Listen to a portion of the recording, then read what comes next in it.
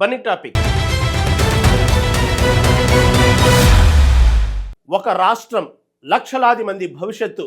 కానీ క్యాంపస్ గోడల వెనుక జరుగుతున్న ఓ భయానక నిజం ఇప్పుడు దేశం మొత్తాన్ని దిగ్భ్రాంతికి గురి చేస్తుంది. చదువుకోవాల్సిన వయసులో ఉన్నత శిఖరాలను అధిరోహించాల్సిన చేతుల్లోకి ఒక మహమ్మారి ఎలా ప్రవేశించింది? ఏకంగా 7,000 మందికి పైగా విద్యార్థుల జీవితాలను ప్రశ్నార్థకం చేసిన ఆ సంచలన నిజమేంటి? కర్ణాటక ప్రభుత్వాన్ని ఉలిక్కిపడేలా చేసిన ఆ అసలు కథ ఏంటో ఇప్పుడు చూద్దాం.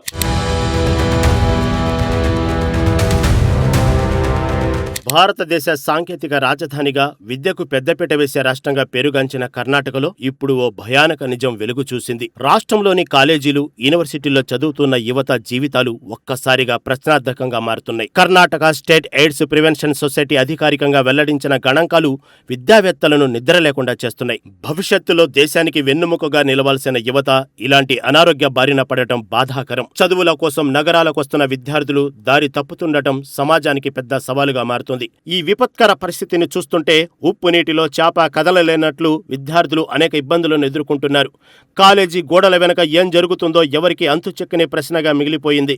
ఉన్నత చదువుల పేరుతో ఇళ్ల నుంచి దూరంగా ఉంటున్న పిల్లలపై తల్లిదండ్రులు నిరంతరం నిఘా పెట్టాల్సిన సమయం ఆసన్నమైంది. ఇటువంటి సున్నితమైన అంశాలపై కాలేజీ స్థాయిలోనే సరైన అవగాహన కల్పించాల్సిన బాధ్యత అందరిపై ఉంది. లేకపోతే రాబోయే రోజుల్లో ఈ పరిస్థితి మరింత దిగజారిపోయే ప్రమాదం ఉందని నిపుణులు హెచ్చరిస్తున్నారు.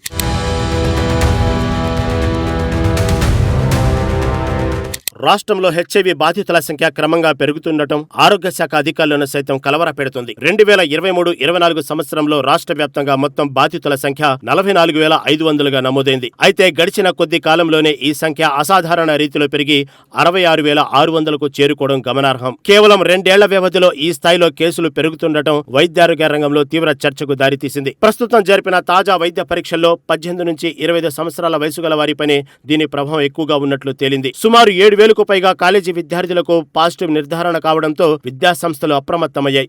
ఆ వయసులోనే వచ్చే ఆవేశాలు, సరైన మార్గదర్శకత్వం లేకపోవడం వల్లే విద్యార్థులు పెడదారి పడుతున్నారు. అతి సర్వత్రా వర్జేత్ అన్నట్లుగా యువత ఎలాంటి విషయాల్లో అతిగా ప్రవర్తించకూడదో ఈ ఘటనే నిదర్శనం.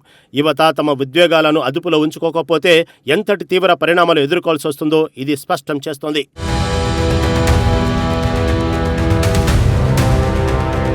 బాధితుల్లో అత్యధిక శాతం మంది ఇంజనీరింగ్, డిగ్రీ, ఇతర ప్రొఫెషనల్ కోర్సులు చదువుతున్న విద్యార్థులే కావడం గమనార్హం. మేధావులుగా, నిపుణులుగా రాణించాల్సిన యువత ఇలాంటి మహమ్మారి బారిన పడటం పట్ల విద్యా నిపుణులు ఆవేదన వ్యక్తం చేస్తున్నారు. ఆధునిక జీవన శైలి, చెడు సావాసాలు, విలాసవంతమైన జీవితానికి అలవాటు పడటం వంటివే ఈ విపత్తుకు ప్రధాన కారణాలుగా మారుతున్నాయి. క్యాంపస్లలో విద్యార్థులకు ఎలాంటి సరైన కౌన్సిలింగ్ లేకపోవడం కూడా పరిస్థితి చేయిదాటిపోవడానికి కారణమవుతుంది. నిరంతరం చదువుతో బిజీగా ఉండాల్సిన మేధావులు కూడా ఏమాత్రం నిర్లక్ష్యంగా ఉన్నా తీవ్ర మూల్యం చెల్లించుకోవాలి వస్తుంది. ఎందుకంటే అత్త మీద కోపం దుత్త మీద చూపించినట్లు యువత తమ కెరీర్ పట్ల కోపంతో జీవితాన్ని నాశనం చేసుకుంటున్నారు. క్షణికావేశంలో తీసుకునే నిర్ణయాలు వారి నిండు జీవితాలను క్షణాల్లో అంధకారంలో నెట్టేస్తున్నాయి. ఈ సమస్య కేవలం వ్యక్తిగతమైనది కాదు, దేశ భవిష్యత్తుకు ముడిపడిన ఒక సామాజిక రుగ్మతగా మారుతుంది. దీనిని ఆదిలోనే అణిచివేయకపోతే సమాజంలో ఊహించని మూల్యం చెల్లించుకోవాల్సి వస్తుంది.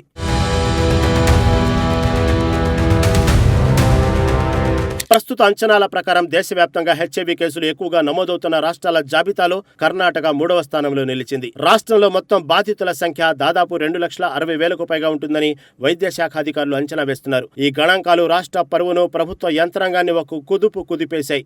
పరిస్థితి చేదాటిపోవడాన్ని గుర్తించిన ప్రభుత్వం వెంటనే రంగంలోకి దిగి ప్రత్యేక చర్యలకు ఉపక్రమించింది. ఈ నేపథ్యంలో కర్ణాటక ప్రభుత్వం అత్యవసరంగా స్పందించి కీలకమైన ఆదేశాలు జారీ చేసింది. రాష్ట్రంలోని అన్ని ప్రభుత్వ, ప్రైవేటు కళాశాలల్లో ప్రత్యేక ఆరోగ్య శిబిరాలు నిర్వహించాలని నిర్ణయించారు. విద్యార్థులకు సురక్షిత జీవన విధానంపై ప్రత్యేక కౌన్సిలింగ్ ఇవ్వాలని విద్యాశాఖ ద్వారా స్పష్టమైన ఆదేశాలు వెలువడ్డాయి. ఈ మేరకు ప్రభుత్వం ప్రత్యేక జీవో జారీ చేయడంతో అన్ని కాలేజీల యాజమాన్యాలు అప్రమత్తమయ్యాయి.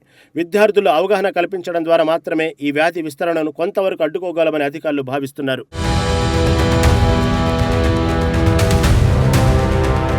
సమాజంలో పెరుగుతున్న ఈ అనారోగ్య ప్రవృత్తిని అరికట్టేందుకు కేవలం ప్రభుత్వం మాత్రమే కాకుండా ప్రతి ఒక్కరూ భాగస్వాములు కావాలి. కాలేజీల్లో యాంటీ ఎయిడ్స్ క్లబ్లను ప్రోత్సహించి విద్యార్థుల్లో నైతిక విలువను పెంపొందించే ప్రత్యేక తరగతులు నిర్వహించాలి. తల్లిదండ్రులు కూడా తమ పిల్లలు కాలేజీలో ఎలాంటి వాతావరణంలో ఉంటున్నారో ఎప్పటికప్పుడు గమనిస్తూ ఉండటం చాలా ముఖ్యం.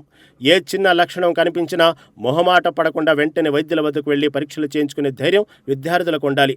ఈ మహమ్మారి బారి నుంచి యువతను కాపాడుకోవడం మనందరి ముందున్న ప్రథమ కర్తవ్యం కావాలి. యువత కూడా కూడా తమ లక్ష్యాలపై దృష్టి పెట్టి అనవసరమైన ఆకర్షణలకు దూరంగా ఉండాల్సిన అవసరం ఎంతైనా ఉంది. దేశానికి పట్టుగొమ్మైన యువశక్తి ఇలాంటి వ్యాధుల వల్ల బలైపోవడం ఏమాత్రం మంచిది కాదు. అందరం కలిసికట్టుగా అప్రమత్తమైతేనే ఈ ప్రాణాంత వ్యాధికి అడ్డుకట్ట వేయడం సాధ్యమవుతుంది.